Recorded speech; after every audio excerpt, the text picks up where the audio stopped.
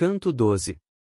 Ainda no quarto céu, um outro círculo brilhante de teólogos se coloca ao redor do primeiro.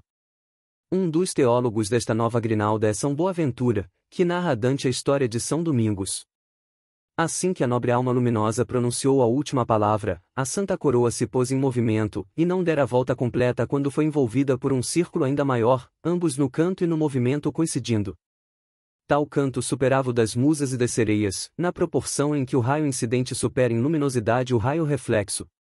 Rodavam os dois arcos, paralelos, iguais nas cores lembrando o arco-íris, ancila de Juno a surgir entre nuvens tênues.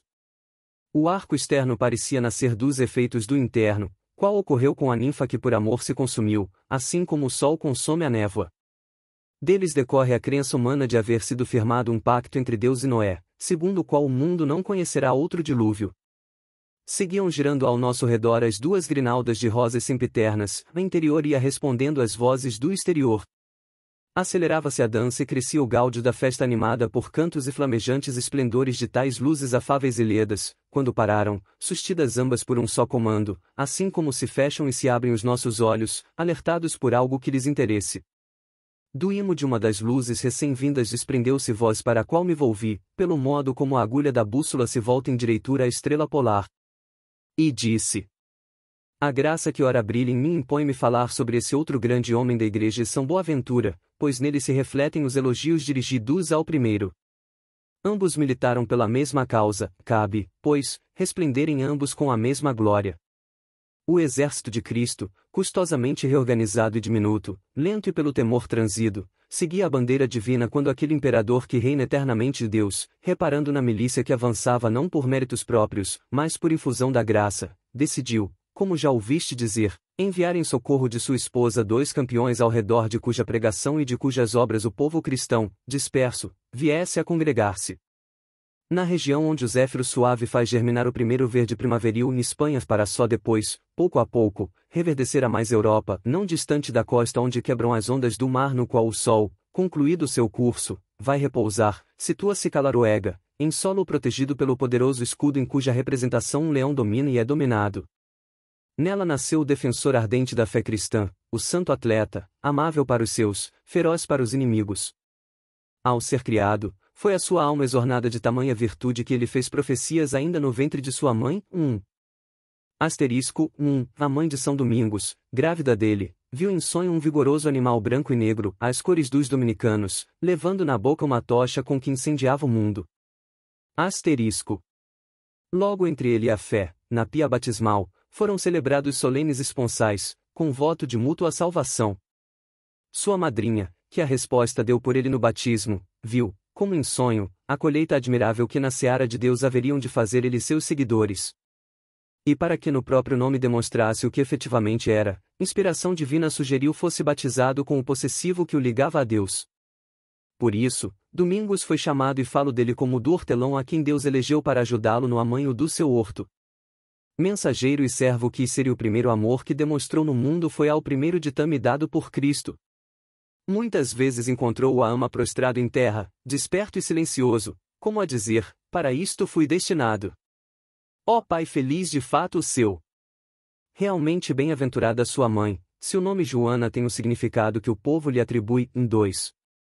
Não o atraía o mundo, que se esforça por seguir a Ostiense e a Tadeu, mas por apetite quanto ao alimento espiritual em breve tempo se fez doutor sapiente, vigilante custódio da santa vinha, que prestes se estiola-se tratada por vinhateiro negligente. Recorreu à sede pontifícia, hoje tão pouco atenta ao clamor de pedintes justos, não por culpa propriamente sua, mas de quem imerecidamente a ocupa. Não foi pedir dispensas lucrativas, nem a primeira vaga ocorrer impostos bem rendosos, nem dizíamos que pertencem aos pobres por direito. Rogou, sim, permissão para combater os erros dos hereges, defendendo a semente da fé, da qual vês 24 luminosas plantas. Armado da doutrina santa, por seu esforço, qual torrente que das alturas desce, espantou o mundo com apostólico fervor. O pai de São Domingos chamava-se Feliz, e a mãe, Joana, nome que em hebraico significa portadora de graças. No extirpar as raízes da heresia, mais se incendiava o seu ímpeto onde mais tenaz encontrava a resistência. Desse caudal, de ardor, derivaram arroios que, agora irrigando o orbe católico, mais vida e força dão-lhe aos arbustos. Tal foi ele, uma das rodas sobre as quais se moveu, em defesa, o carro da Santa Igreja, levando os bons cristãos a derrotar os corruptos. Talvez devesse patentear diante de ti as excelências da outra roda a respeito da qual Tomás, antes de mim, falou com tanta sabedoria. Mas a trilha que essa roda em a ordem dos franciscanos traçou com as regras de seu fundador jaz abandonada, de modo tal que o bolor, agora, impera no tonel onde houvera bom vinho. Os franciscanos, que lhe seguiram os passos, da vereda primeira tanto se desviaram que praticam agora o contrário daquilo que o santo pregara. Desta ruim sementeira ver-se-á o resultado quando o joio for atirado fora, em vez de recolhido. Bem sei que, volvendo folha a folha os nossos registros, acharia ainda, em que se pudesse ler, sou quem deveria ser. Mas este não veio nem de Casale nem de Aquasparta, pois dali vêm apenas os que ou falseiam ou amesquinham as normas. Sou Boaventura, nasci em Bagnoregio, e no desempenho de elevados cargos procurei sempre deixar os interesses materiais em segundo plano. Nesta mesma coroa de luz encontram-se o Iluminado e Agostinho, dois entre os primeiros que, tornando-se frades descalços, cingidos de cordão, serviram a Deus. Hugo da San Vittore está com eles e bem assim Pedro Mangiador e Pedro Hispano, o que obteve fama pelos seus 12 livros. Estão ainda aqui o profeta Natan, o metropolitano João Crisóstomo, Anselmo e Donato, incomparável na arte da gramática. Vê ainda a Rábano e sabe que ao meu lado brilha o calabrês Abade Giovachino, que tem o dom de profetizar. Se exaltei o grande paladino, eu o fiz movido pela inflamada cortesia de Frei Tomás em sua oração perfeita. E toda esta companhia está perfeitamente de acordo com isso. Canto 13. Tomás de Aquino volta a falar a Dante, ainda no quarto céu, ou céu do sol. Ele esclarece ao poeta a dúvida acerca da incomparável sabedoria de Salomão. Quem desejar compreender o que eu pude então ver, que grave minha narração na mente como se em rocha firme. Imagine 15 astros, em diversos pontos, iluminando o céu com luz capaz de penetrar a nebulosidade sideral, as refulgentes rodas do carro luminoso que no espaço imenso encontra espaço onde girar dia e noite, sem sair de nossa vista, e imagine a boca daquele corno que principia junto ao eixo em torno do qual vai girando a primeira esfera, considere esses dois astros signo idêntico àqueles que a morte da filha de Minos originou. De ambas estas constelações imagine que se cruzam os raios, girando a primeira inclusa na segunda, rodando, porém, as duas em sentido oposto. Assim imaginando, terá o leitor ideia pálida de qual fosse a dupla constelação que eu via ao contemplar a dança dos bem-aventurados a circundarem o ponto em que me encontrava. Tanto esse mistério transcende a compreensão humana quanto o lento fluir das águas do rio China é menos rápido que o velocíssimo girar do primeiro céu que a todos os mais precede. Naquele cantar, nem Baco nem Apolo foram louvados, mas sim a divina essência da Santíssima Trindade, numa delas orando o ser humano de Deus descendido. Terminados ao mesmo tempo o canto e a dança, puseram os lumes santos em nós a sua atenção, transferindo a sua felicidade do cantar e do dançar para a satisfação de esclarecer a perplexidade e as dúvidas que me atormentavam. Rompendo o silêncio, levantou a voz entre as almas aquela que narrara a admirável vida do mendigo de Deus.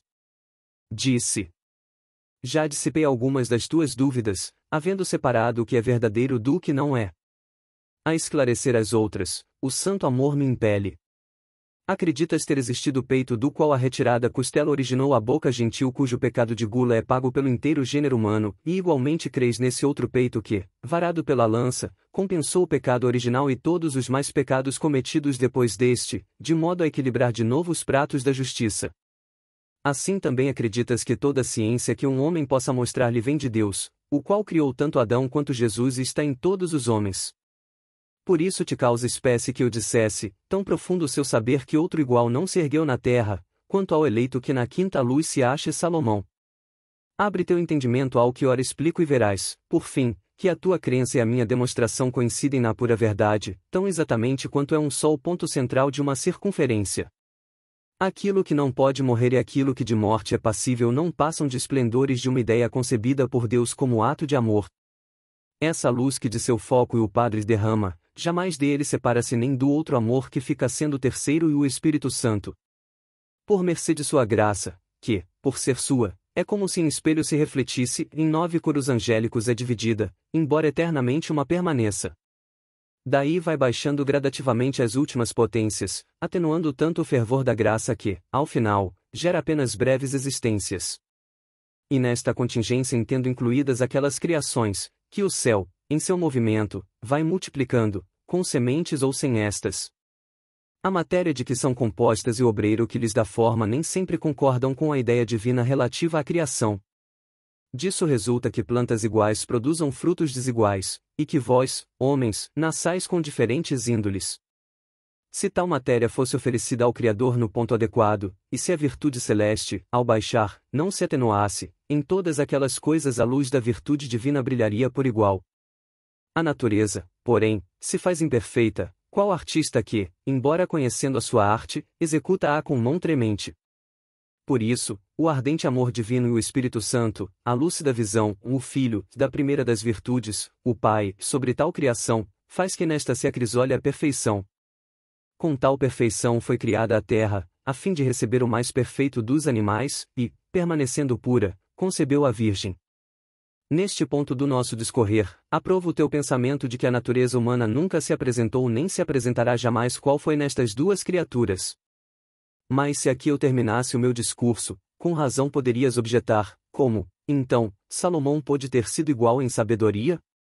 Assim, para que resulte bem claro aquilo que aparentemente não o é, a nota de quem se tratava e o pedido que fez quando Deus lhe ordenou, pede. Falei bem claro a fim de que tua mente facilmente compreendesse que foi digno rei quem então pediu sabedoria para discernir entre o que um rei deve praticar e o que não deve. Não quis saber quantas fossem as inteligências angélicas motrizes do céu, nem se de uma premissa necessária e de uma outra não necessária possa derivar uma consequência necessária, nem se non si est dani primum motum esse ou sim um semicírculo é possível escrever um triângulo sem pelo menos um ângulo reto. Se entendeste o que até aqui eu disse, terás advertido que minhas palavras louvavam a prudência do mais sábio entre os reis. Assim, se meditares no que eu disse, entenderás que me referia aos reis, os quais, sendo muitos, contam entre si poucos sábios e prudentes. Com esta acepção é que deves guardar o meu dizer. Serve-te dela como chumbo para os pés que te permita avançar lentamente. Não tenhas pressa em responder sim ou não, pois revela-se o mais tolo entre os tolos quem sem meditação afirma ou nega, eis que num e noutro caso cumpre ter ponderação, sendo a afoiteza a causa de que muitas vezes a opinião geral conclui erroneamente com a paixão e não com o raciocínio.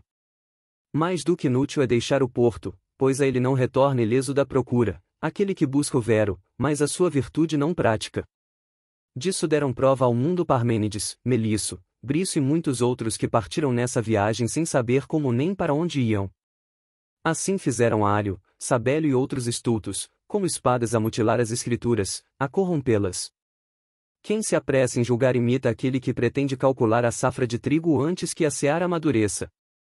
No inverno vi espinheiro mostrando puas duras e agressivas, para cobrir-se de flores na primavera, e barco vi navegar em rumo certo, e, depois de vencer a rota inteira, naufragar junto ao porto já alcançado.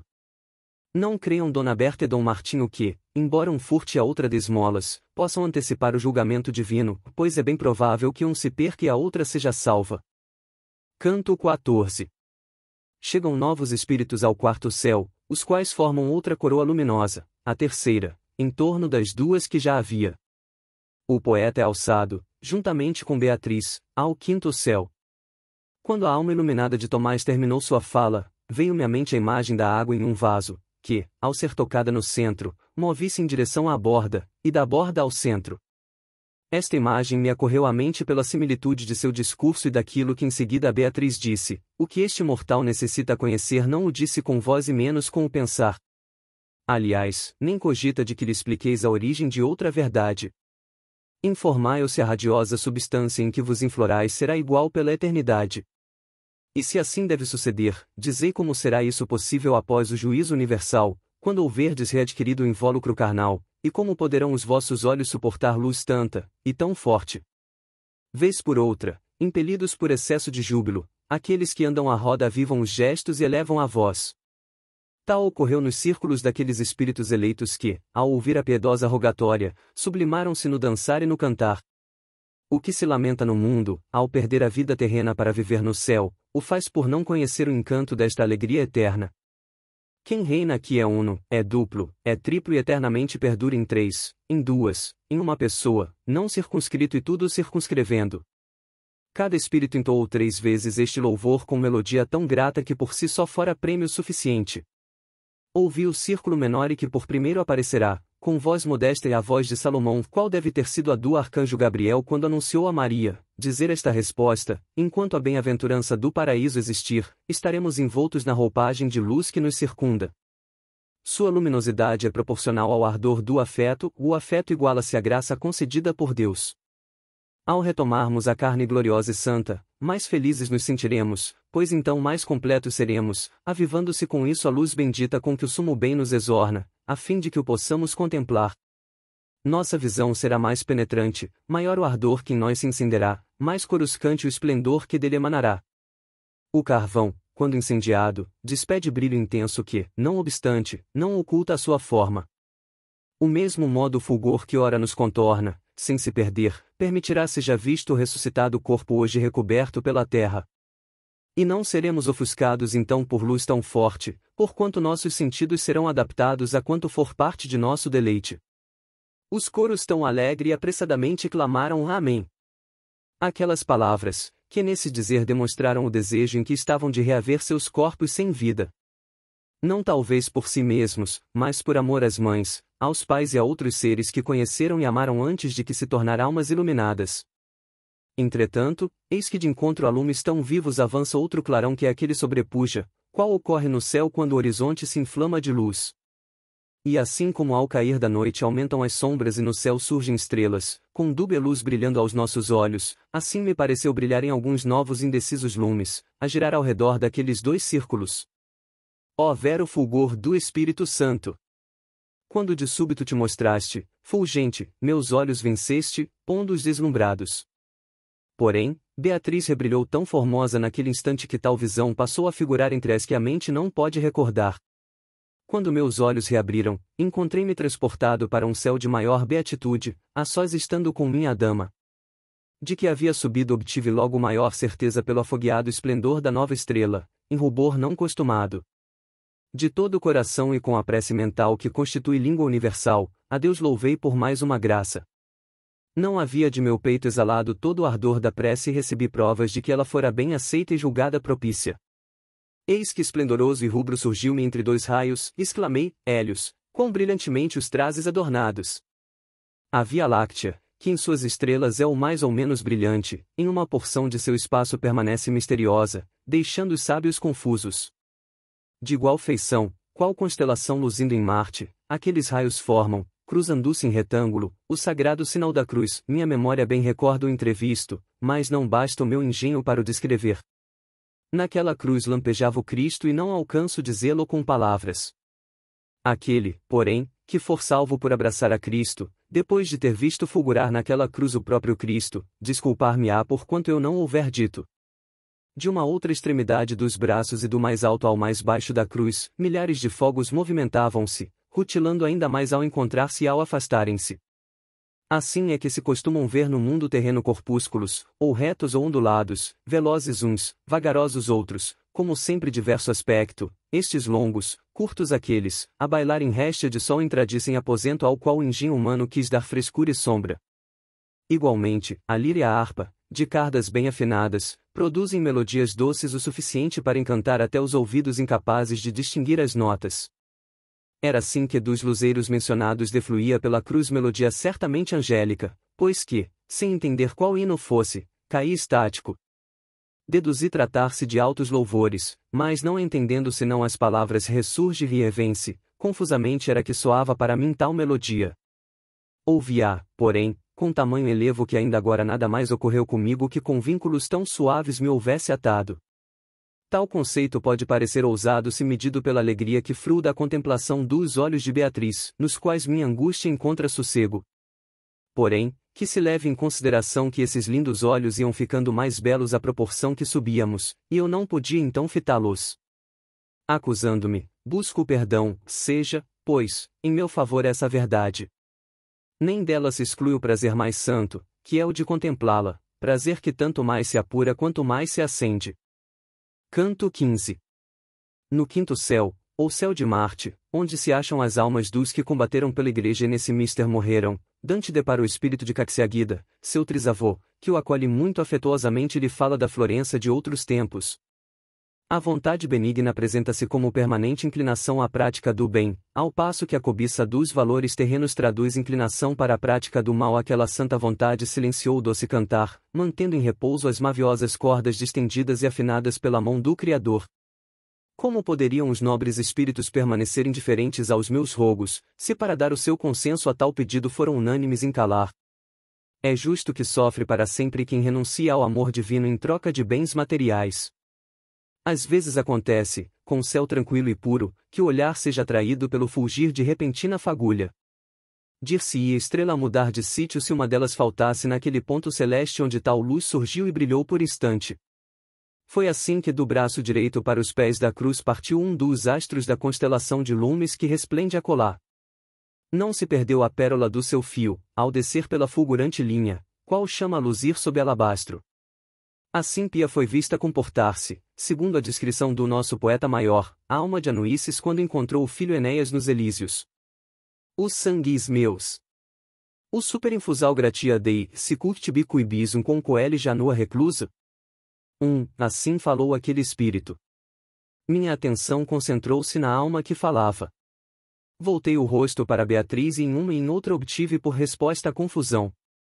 Brilhava nos olhos da minha dama tal sorriso que ao encará-la julguei chegar ao imo da graça no eterno paraíso.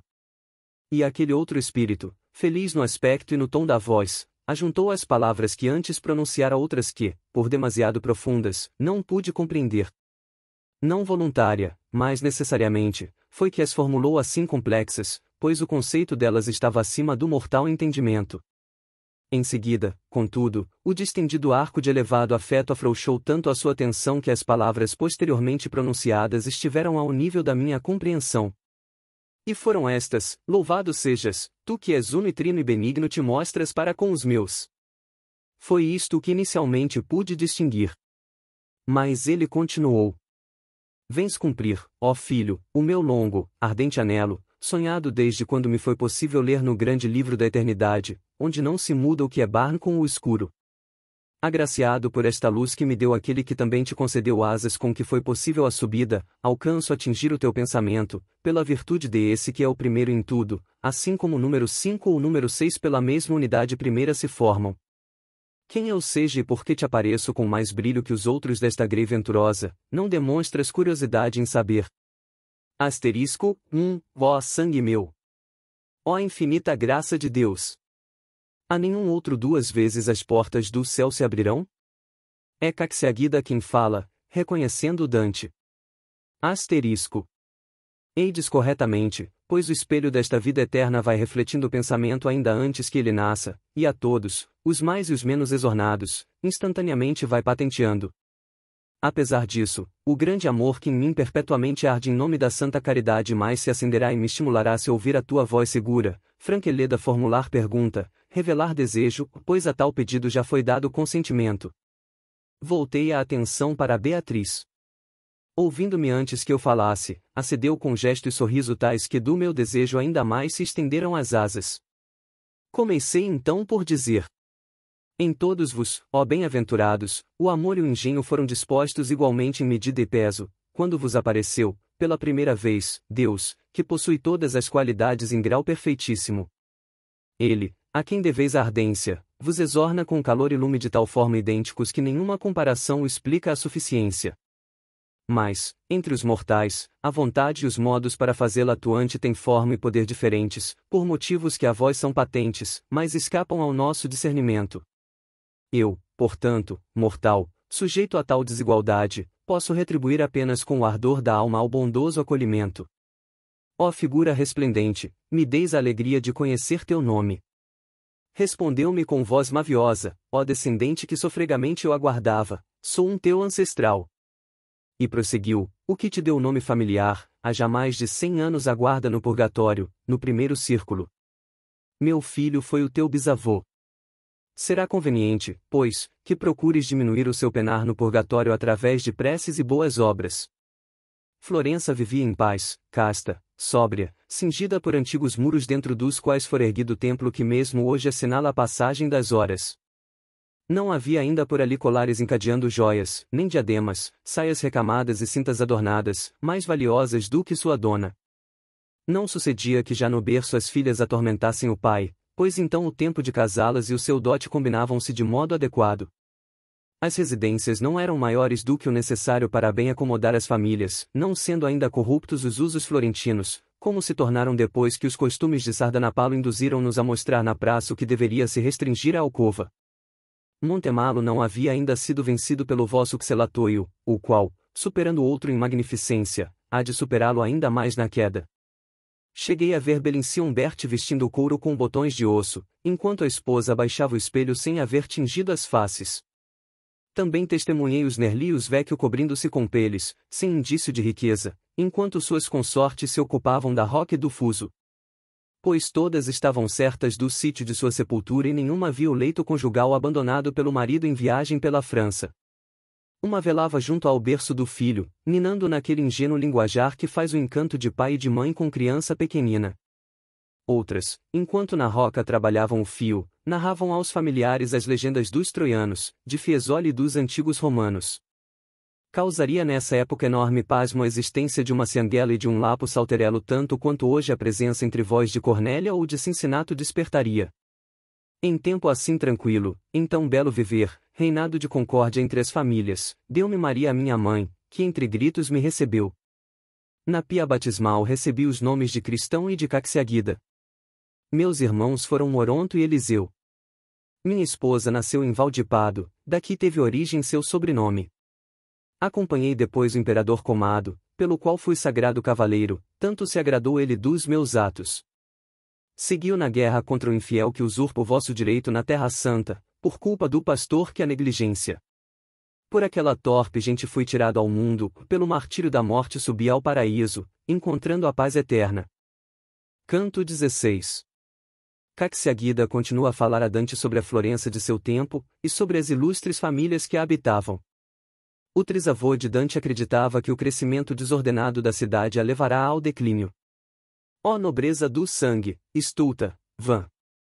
Se os homens dela se gabam neste mundo, onde todo afeto é frágil, não há de causar espanto que por ela eu me tenho fanado aqui no céu, onde toda aspiração se volta para o bem.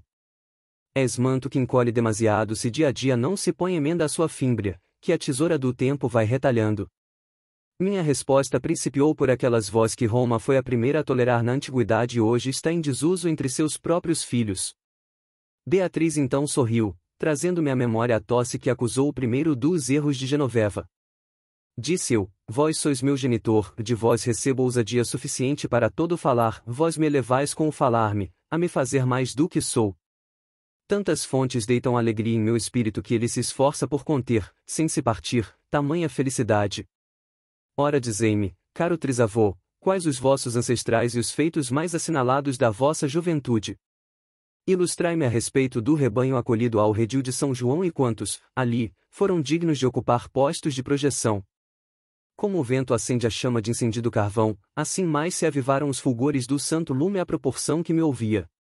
E quanto mais formoso ia se pondo aos meus olhos, tanto mais doce e suave era a voz com que me dizia, numa língua mais singela que a nossa, desde o dia em que o anjo anunciou a Maria até aquele em que minha mãe, hoje santa, me deu à luz, calculo o tempo decorrido. 550 mais 30 vezes este astro reacendeu sua luz e ativou seu calor junto das estrelas da constelação do Leão.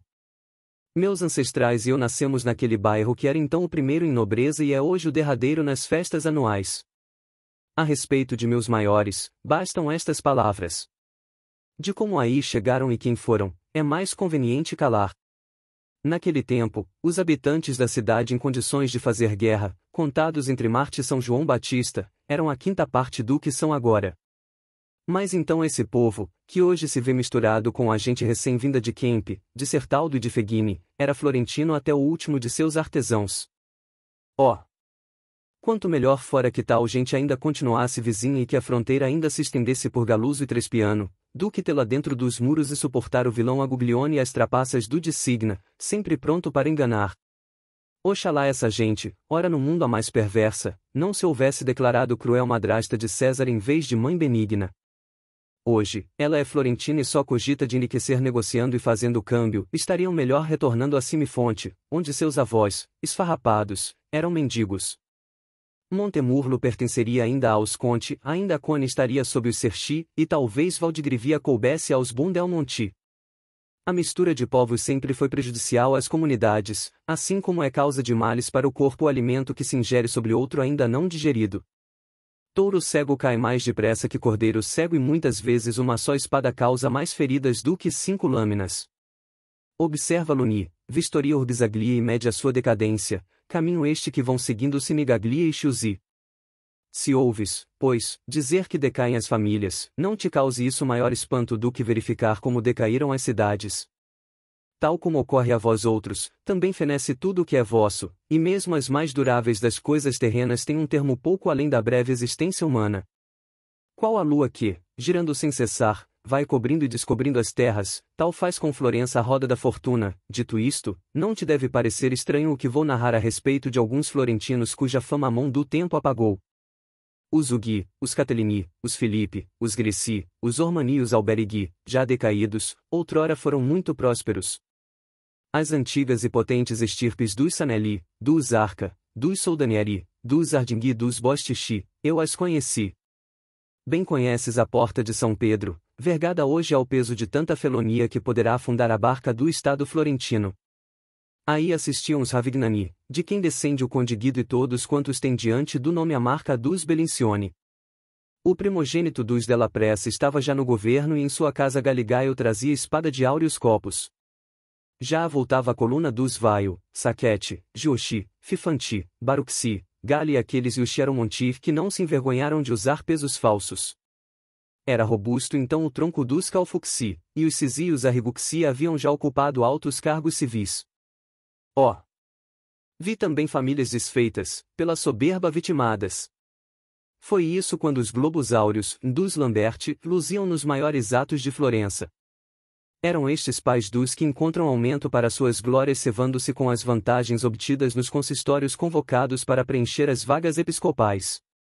Outro bando e os Admari, ousado, a perseguir ferozmente os que fogem, humildes quais cordeiros diante dos fortes e dos ricos, ascendia então, procedendo de gente tão vulgar que Alberto Indonato desagradou que a um deles seu sogro unisse a outra filha. Já Caponsaco estava no mercado, proveniente de Fiesole, encontrando ali Gilda e Infangato, notórios pelo nome. Ora direi coisa difícil de se crer, mas verdadeira, no estreito recinto de Florença antiga, existia a porta que tomara seu nome à estirpe della Pera. Muitos que trazem a nobre insígnia do barão, cujo nome e fama são memorados quando da festa de São Tomás, devem-lhe haverem sido armados cavaleiros, embora sejam hoje aliados do Partido Popular, trazendo suas bandas ornadas de ouro. Já os Gualderotios Importuni eram mencionados a miúde, mas Borgo gozaria maior paz se ainda não contasse com tais moradores.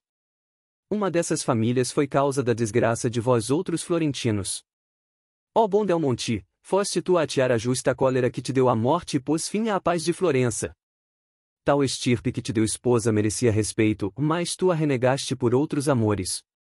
Viveriam ainda alegres muitos dos que hoje choram, se Deus te houvesse afogado nas águas do Ema a primeira vez em que foste a Florença. Mas era forçoso que em holocausto ao mármore mutilado e do Deus Marte, que está diante da grande ponte, terminasse para sempre a paz em Florença. Com tais pessoas, descreve Florença a gozar sossego, sem ter motivos para lamentar. Com esses varões, era tão unido e glorioso o nosso povo que até aí jamais o seu lis havia sido deitado ao solo por lanças inimigas, nem tampouco lutas fratricidas tornaram vermelha sua bandeira branca. Canto 17. Caxiaguida decifra e explica a Dante as profecias ouvidas pelo poeta no inferno e no purgatório, sobretudo as que dizem respeito ao seu exílio. Eu tinha então a mesma ansiedade que levou aquele que fez pais reprimirem seus filhos a interrogar Climene acerca do que ouvirá contra ele. Beatriz pressentiu essa minha angústia, pressentiu-a também aquela santa alma que deixará ao lado da cruz para falar-me. Minha dama disse, mostra teu desejo de saber, e que tuas palavras tornem claro tudo quanto em teu anseio esteja oculto. Não que o nosso conhecimento dos arcanos celestes possa aumentar com ouvir-te, mas sim porque é bom teres bem saciada a sede.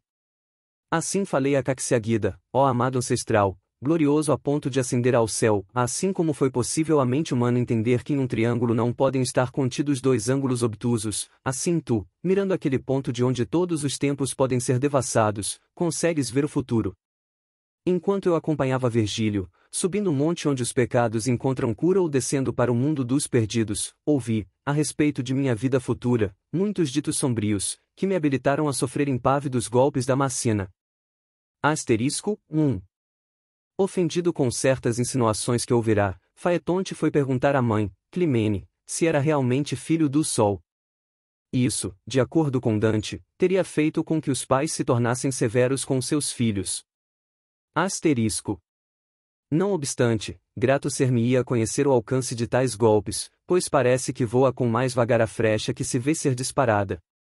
Foi assim que, obedecendo ao conselho de minha dama, expus os meus desejos àquele espírito que, havia pouco, tão amistosamente me falará.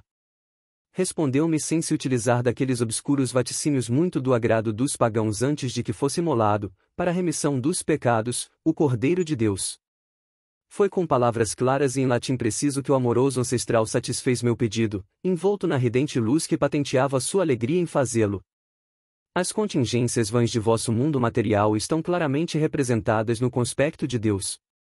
Tais contingências caducas, no entanto, não recebem de Deus o caráter da indispensabilidade, precisamente como a nave que desce o rio a favor da correnteza não é minimamente influenciada por quem a observa. Decorre daí que tão suavemente como a doce harmonia do órgão impressiona os ouvidos, desfilam ante meus olhos os tempos futuros que dizem respeito a ti. Qual Hipólito que, por intrigas da madrasta maliciosa, foi forçado a partir de Atenas, assim cumpre que te afastes de Florença. Isto se quer, isto se requer e em breve há de ser alcançado por quem o vem buscando, dado que ali o próprio Cristo, a todo instante, vai sendo mercantilizado. E toda a culpa há de ser atribuída ao vencido, como sempre ocorre. Mas a teu respeito, a vingança de Deus dará testemunho da verdade. Deixarás atrás tudo quanto te for mais querido, pois é esta a primeira grande dor que o exilado padece. Provarás como sabe assar o pão alheio e quanto é fatigoso subir e descer degraus de escadas estranhas. Contudo, o que mais te fará sofrer será a necessidade de partilhar a companhia nécia, mesquinha, com que deverás cruzar o vale do desterro. Perversa quanto dissoluta, ingrata, voltar-se-á contra ti, mas em pouco, ela, e não tu, conhecerá a ruína. Seu proceder será prova de sua bestialidade, por tal modo categórico que a te resultará bem os haveres deixado de participar das lutas políticas. Teu primeiro refúgio, primeiro consolo, será a fidalguia do grande Lombardo, que ostenta por brasão a ave santa. A teu respeito será tão solícito que, em matéria de carecer e oferecer, entre vós dois será primeiro aquele que em outro ambiente seria o último. Junto dele has de ver o herói que, nascido sob o influxo deste poderoso astro e Marte, será celebrado por seus grandes feitos. Aquela gente descuidada ainda não se apercebeu disso, por ser pouca ainda a sua idade, há apenas 9 vezes ao seu redor giraram as estrelas. Ver-se-ão, porém, centelhas de seu valor, de seu desprezo pelo ouro e o perigo, bem antes de que o Gascão engane o altivo Henrique. Sua atuação será tão eficaz que mesmo seus inimigos não deixarão de proclamá-la, conservando muda a língua.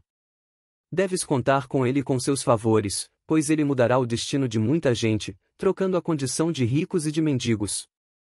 Dele, o que digo levarás gravado na mente, sem jamais o revelar.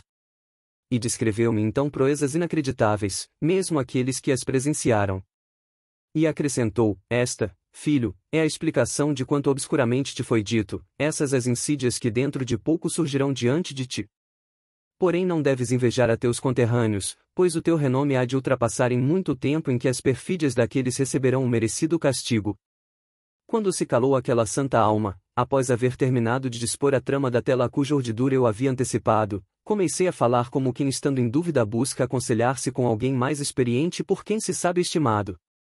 Eu percebo, pai, como se prepara esse tempo que há de desfechar-me golpe tanto mais penoso porque opor-me a ele não me é possível. Por isso, é bom que me arme de prudência, a fim de que, se terminar sendo exilado da pátria que me é cara, não perca também outros refúgios mercê das afirmações contidas em meus versos. Percorri o mundo onde as penas não têm fim, subi o monte até o formoso cimo para onde me guiaram os olhos da minha dama. Depois, pelo céu, de lume em lume peregrinando, aprendi maravilhas tais que, se as repetir, minhas palavras terão para muitos o travo do azedume. Se faltar a verdade, porém, é de se temer que a minha fama se perca entre os que chamarão de antigos a estes tempos em que sou vivo.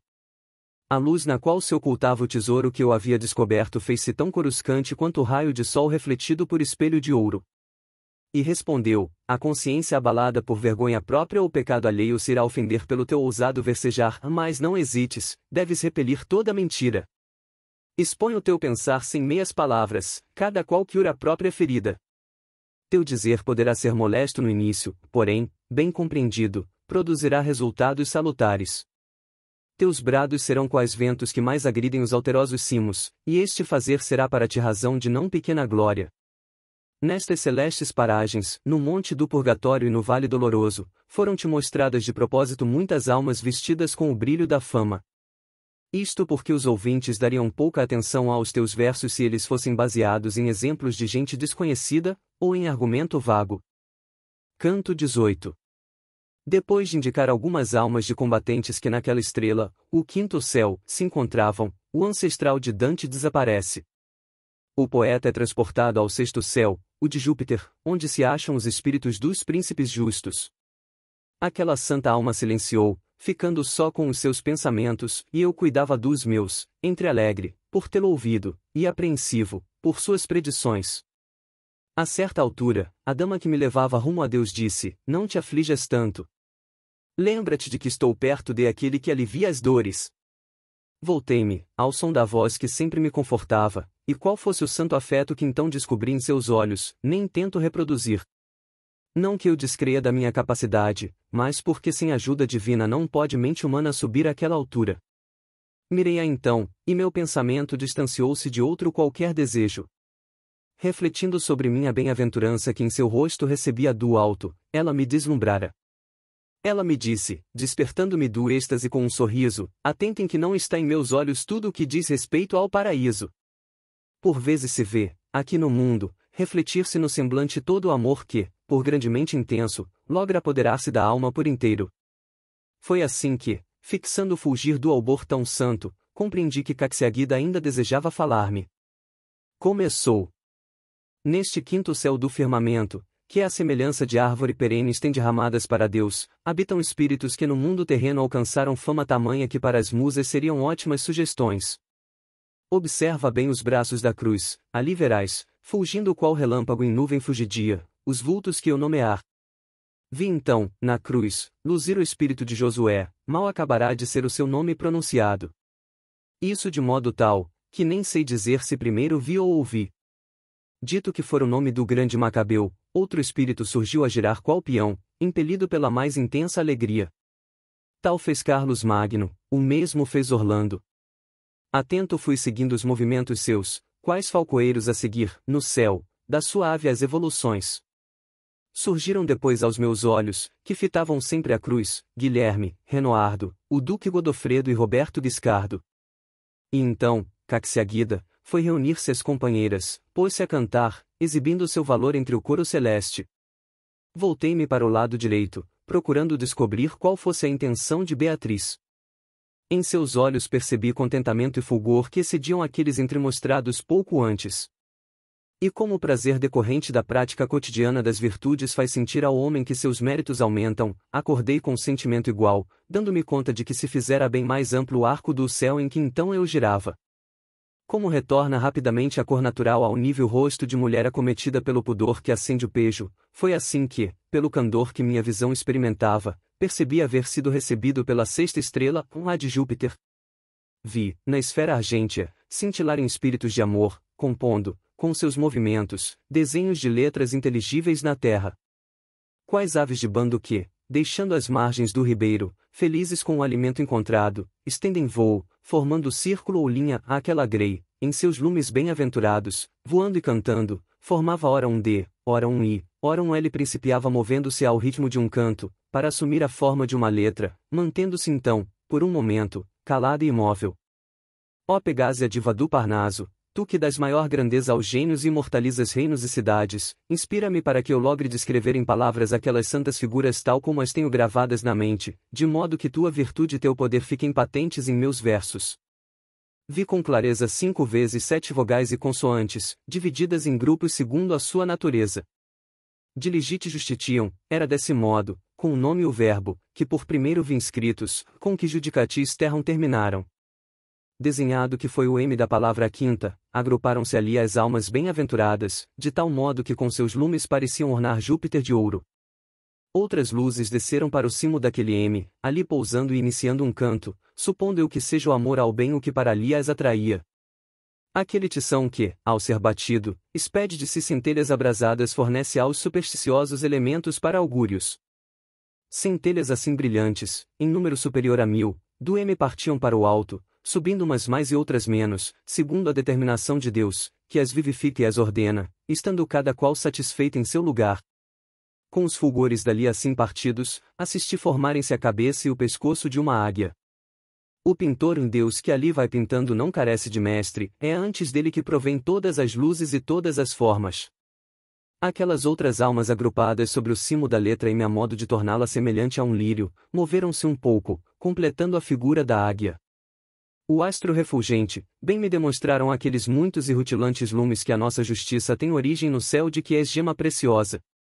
Imploro àquela mente altíssima de que provém tua beleza e teu poder, que se esclareça qual a causa da névoa que o teu brilho embaça. E que de novo ele, tomado de ira, expulse os mercadores do templo e a igreja que tem por paredes os sinais dos milagres e dos martírios. Ó celeste milícia, em cuja visão me extasio, suplica a Deus em favor desses pervertidos que na terra vêm seguindo maus exemplos. Outrora, era com espadas que se faziam as guerras, mas, agora, ela é feita tirando-se aos inimigos aquele pão espiritual que o Pai Celestial nunca nega a ninguém. E tu, que excomungas e perdoas tão generosamente, adverte que Pedro e Paulo, os quais morreram pela vinha que vais assolando, estão bem vivos no céu. Bem podes clamar, sou muito devoto desse que, amando o deserto, conheceu o martírio devido à mulher que amava a dança, de modo que tal devoção me fez esquecer Paulo e o pescador. Canto 19. O símbolo da justiça divina, a águia, formada pelas almas dos príncipes bons, no sexto céu, fala a Dante, e lhe esclarece nova dúvida. Diante de mim, com as asas estendidas, a maravilhosa imagem do grande pássaro, cada uma das almas luminosas que o compunha semelhava um pequeno rubi no qual ardessem os raios do sol, a ponto de resplenderem em meus olhos. O que descreverei agora, e que testemunhei, jamais foi ouvido ou lido, nem mesmo pôde ser imaginado. Pois vi também ouvi falar aquele rosto, eu e meu colocando nas palavras, mas significando nós e nosso. E isto foi o que disse. Por ter sido pio e justo, fui exaltado a esta glória, que sobreleva qualquer desejo humano. Deixei na terra lembrança tal, que mesmo a pervertida gente louva minhas ações justas e generosas, posto que não lhe siga os exemplos. Assim como de brasas numerosas resulta calor único, de todas aquelas almas resultava uma só voz. E eu lhes disse, ó flores eternas dos jardins do céu, que em um só perfume trescalais vossos múltiplos olores, saciai a fome de conhecimento que me consome há já muito tempo na terra, onde tal alimento não se encontra. Bem sei que, muito embora em outra e superior ordem angélica e a dos tronos reflita-se a grandeza de Deus, também vós espelhais a divina justiça. Bem sabeis, pois, que estou pronto para vos ouvir com atenção. Sabeis também que, jamais saciado, vai se fazendo bem antigo o meu jejum. O falcão a quem foi retirada a venda prontamente moveu a cabeça, distendeu as asas e deu mostras de querer alçar voo, contente. Assim agiu aquela ave composta de lavores da divina graça, a entoar loas que o céu, tão somente, ouve. E começou por dizer, aquele que pôs limites ao extremo do mundo, e dentro deste dispôs coisas que são e outras que não são do nosso conhecimento, não podia deixar patente a sua virtude em todo o universo sem que ao entendimento do homem algo permanecesse inexplicado. Deixa-nos isso patente aquela criatura que foi o primeiro entre os soberbos, pois, embora gerada à perfeição, não esperou pela graça iluminante e caiu na imperfeição. Desse exemplo resulta claro que as criaturas inferiores àquela e Lúcifer são recipientes pequenos demais para aquele bem que apenas pode ser medido com a sua medida. Por isso impõe-se que vossa razão seja constituída e fortalecida por raios emanados da mente que ocupa todo o espaço criado, pois não pode a vossa razão, por sua natureza e a despeito de sua vontade, entender Deus para além daquilo em que ele próprio desejar. A visão dada ao homem espraia-se sobre a justiça sempiterna como o olhar distendido sobre o oceano, se junto da orla pode enxergar o fundo, no mar alto isso não lhe é dado, sabe que ele existe, oculto pela própria profundidade. Não há luz de sabedoria que não proceda do foco divino, que não diminui jamais. Fora disso, o que há são trevas, sombras da carne ou venenos dela. Em boa parte já foram esclarecidas as dúvidas que muitas vezes confundiu teu entendimento a respeito da divina justiça, a ponto de raciocinares por esta forma: nasce um homem junto ao rio indo, onde não há quem escreva, quem fale, quem ensine a respeito de Cristo. Contudo, seus desejos e seus atos, tanto quanto possa julgar a razão humana, não contêm matéria de pecado, nem no agir, nem no falar. Morre sem batismo e sem fé. É justo que seja condenado? Se não sabe nem crê, que culpa tem? Contudo, quem és tu que pretendes, de cátedra, julgar o que ocorre à distância de milhares de quilômetros, se podes enxergar somente poucos palmos? Certamente, quem deseja discorrer comigo a respeito de tais sutilezas, bem poderia cair em muitas dúvidas se não se valesse dos textos da Escritura. Ó vermes terrenos! Ó estultícia! A primeira vontade, sendo como é o sumo bem, jamais se afasta de si mesma. Assim, é justo o que com ela se coadune. Nenhum dos bens criados avoca-a para si. Contrariamente, é ela que cria todos os bens. Encerrando seu falar, a águia completou um giro, como faz a cegonha que sobrevoa o ninho depois de alimentar os filhotes, que a observam atentos. Ergui os olhos para a imagem santa, que agitava as asas, sustentadas por tantas almas iluminadas. Volteando, cantou. Depois, disse, assim como não entendes o que canto, também os homens não penetram as ações de Deus. Ordenaram-se ainda aqueles vivos luminares compondo o símbolo do Espírito Santo, que fez dos romanos os senhores do mundo. A águia continuou.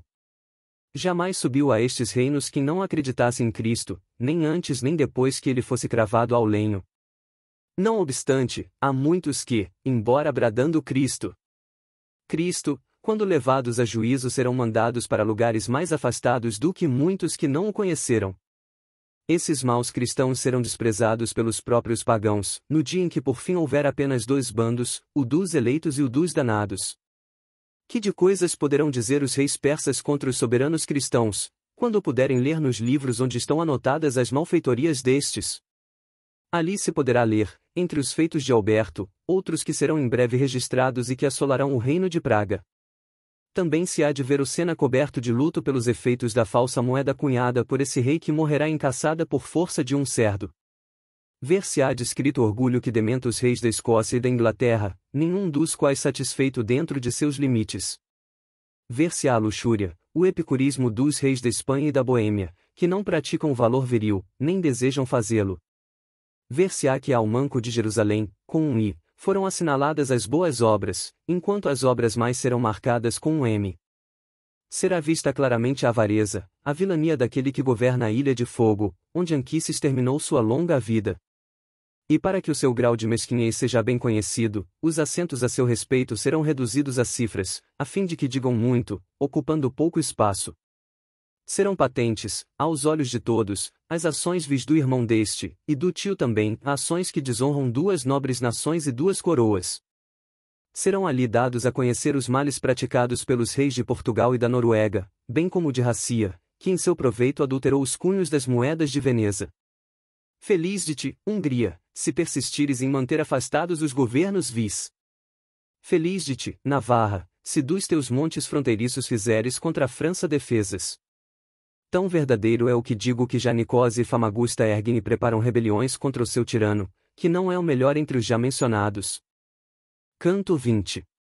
A águia continua a falar a Dante, mostrando-lhe algumas almas de reis e de príncipes cuja virtude se celebrizou. Quando o astro que o mundo aclara se desprende desse nosso hemisfério, o dia tem fim em todos os lugares, e o céu, que só por obra dele mostrava-se iluminado, passa a exibir a claridade das estrelas, que não mais fazem do que refletir o grande astro. Esta imagem veio-me à mente quando emudeceu o símbolo do mundo e a águia e de seus imperadores. Todas aquelas almas iluminadas, alteando o brilho, iniciaram cantos que a minha memória não soube reter. Ó doce amor, que em risos te ias velando e mesmo assim tanto sobressaías entre aqueles fulgores ateados por santos pensamentos apenas. Quando as almas refulgentes que eu vira adornar o sexto céu calaram seus cantares angélicos, pareceu-me ouvir som igual ao de riacho murmurante cujas águas claras de pedra em pedra descem, mostrando a abundância de sua fonte original. E como o percutir da cítara resulta em som, como o sopro do flautista arranca da flauta sons maviosos, assim formou-se suave murmúrio que, subindo pelo colo da ave formosa, em som de voz foi se externando pelo bico, em forma de palavras que em minha alma ansiosa ficaram retidas. Asterisco 1. Acreditava-se ao tempo de Dante que a luz das estrelas fosse reflexo da luz do sol. Asterisco. Fixa atentamente o meu olho, olho que às águias mortais permite suportar o ardor do sol, começou por dizer. Destes lumes de que sou a estrutura, aqueles que compõem os meus olhos cintilantes sobrepujam em virtude a quaisquer outros. Esse que brilha no centro, qual pupila, foi o alto cantor do Espírito Santo, que de vila em vila a arca conduziu. Agora, usufrui o mérito de tal cantar, conhecendo o efeito de seu esforço, pois recebe o prêmio em dobro. Meus cílios são formados por 5 lumes, aquele que do bico está mais próximo foi o que deu consolo à viúva pelo filho perdido. Ali destacado, pode avaliar o preço de não crer em Cristo, comparando a vida que leva aqui com a oposta, que lá embaixo conheceu. E o que se inculca na arcada superior a que me refiro logrou adiar sua morte mercê de esforçada penitência, e sabe que não se podem mudar os decretos do Eterno, se bem que uma fervorosa oração possa adiar, lá no mundo, os seus efeitos. O que se segue a ele, o Estado transferiu para a Grécia, deixando ao papado seu lugar, intenção que produziu maus resultados, não obstante ser excelente. O mal decorrente de seu bom intento não lhe foi nocivo, muito embora para o mundo haja desastroso. E o que vês ali, no declive já do arco, é Guilherme por quem clamam os territórios que choram sob o domínio de Carlos e de Frederico. Fica, pois, sabendo que todo o céu se rejubila quando um rei é bom, do que faz prova, ainda, o brilho que lhe fulge no semblante. Quem, no mundo terreno que tão mal ajuíza, poderia crer que o troiano Rifeu viesse a ser a quinta dessas luzes santas? Ele tem agora ciência de parte do mistério da graça divina, da qual o mundo conhece apenas uma ínfima parte. Mas ainda assim ele não logra penetrar seus mais profundos segredos. Como a cotovia que canta em voo e, calando-se, permanece elevada com os sons finais de sua própria melodia, pareceu-me assim a imagem vista da eterna bem-aventurança, que dispõe que todas as coisas criadas sejam conforme seu desejo. Conquanto minha dúvida se assemelhasse ao vidro que pela transparência denuncia a cor do conteúdo, não pude esperar em silêncio que ela viesse a ser esclarecida. Bradei, que mistério é esse? E ao impacto de tal grito vi resplenderem de satisfação os santos espíritos. Logo, com o olhar mais encendido, o santo símbolo, não desejando o decerto que por mais tempo eu padecesse à espera, respondeu.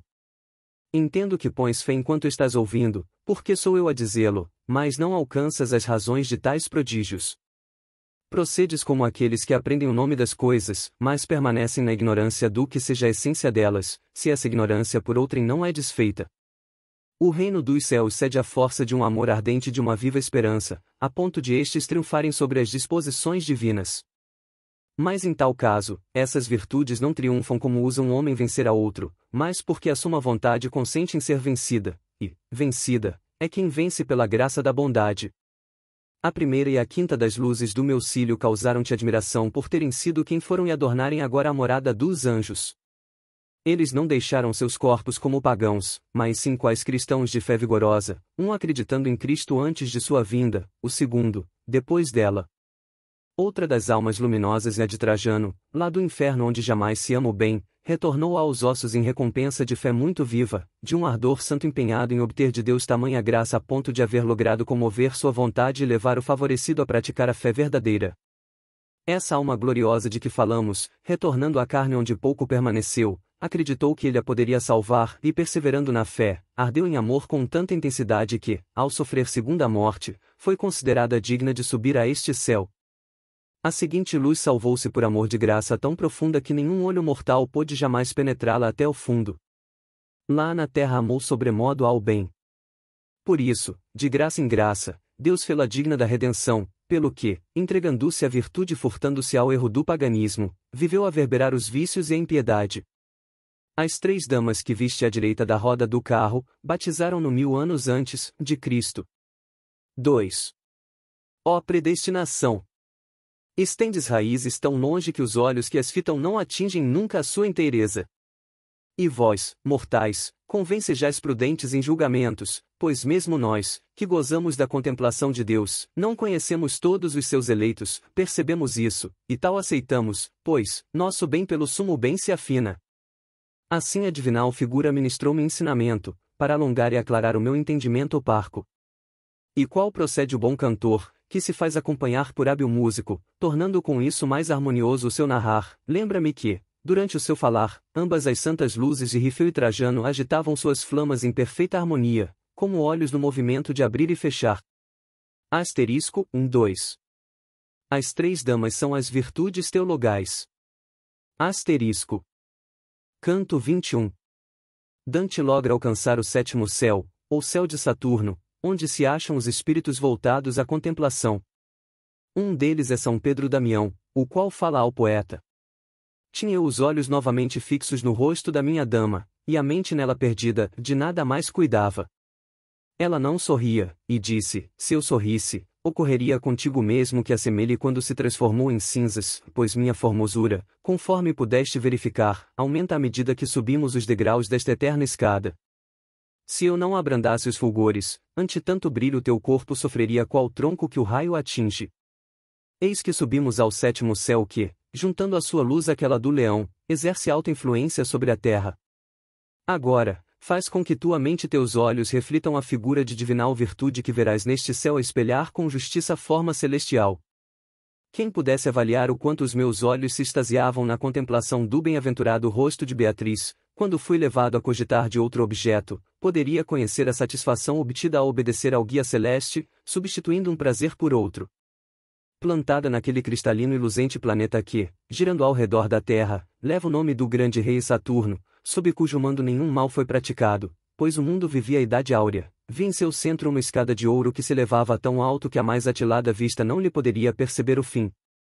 Pelos degraus dessa escada desciam tantos lumes brilhantes que fui levado a pensar que ali se houvessem concentrado as luzes do céu. Seguindo lei natural, a gralha tem por costume, ao abrir do dia, agitar-se sem cessar, a fim de aquecer as enregeladas penas. Em seguida, algumas delas partem para não mais voltar, enquanto, ao fim do dia, muitas outras voltam. Porém, várias, volteando, nem se afastam do mesmo sítio. Assim pareceu-me proceder a turba luminosa a mover-se até que cada qual ocupou lugar nos vários degraus.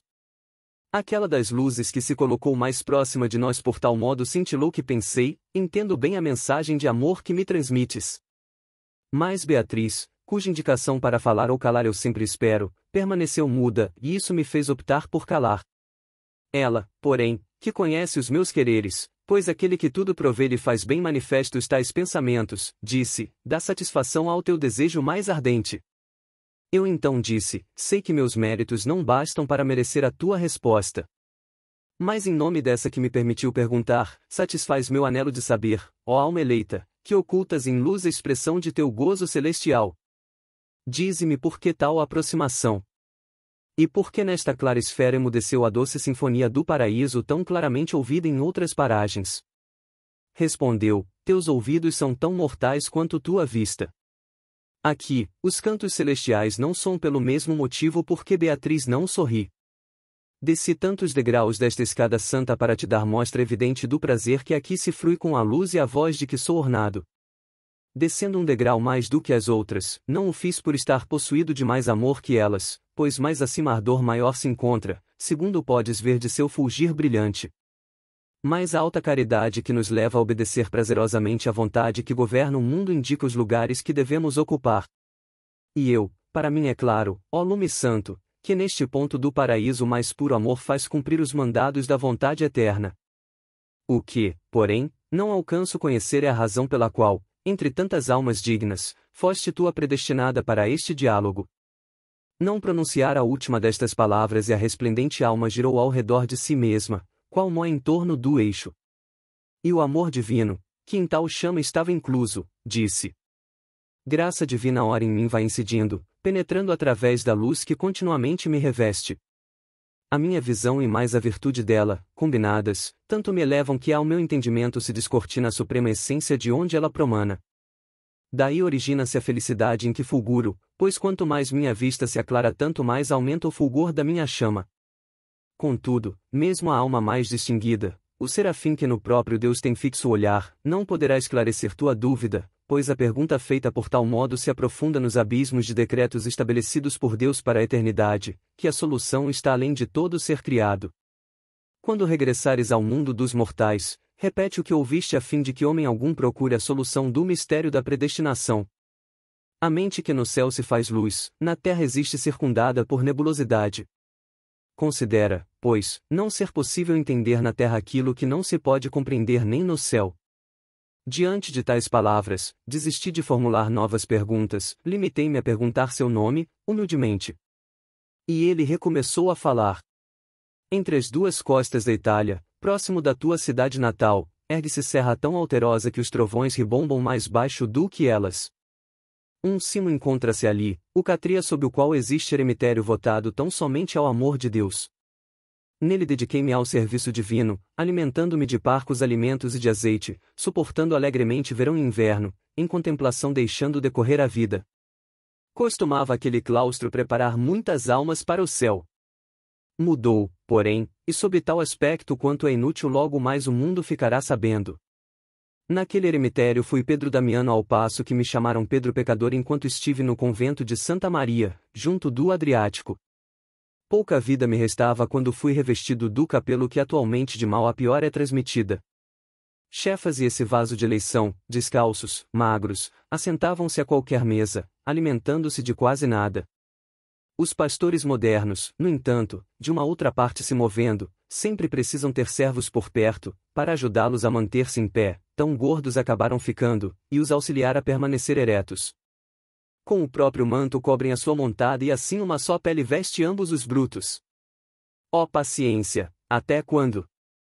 Ao ouvir tais palavras, vi que, girando, desciam os degraus novos lumes, e a cada giro faziam-se mais belos. Reunindo-se qual multidão aquele que falará, desferiram todos um tão forte grito que nenhum som na terra poderia igualar-lhe.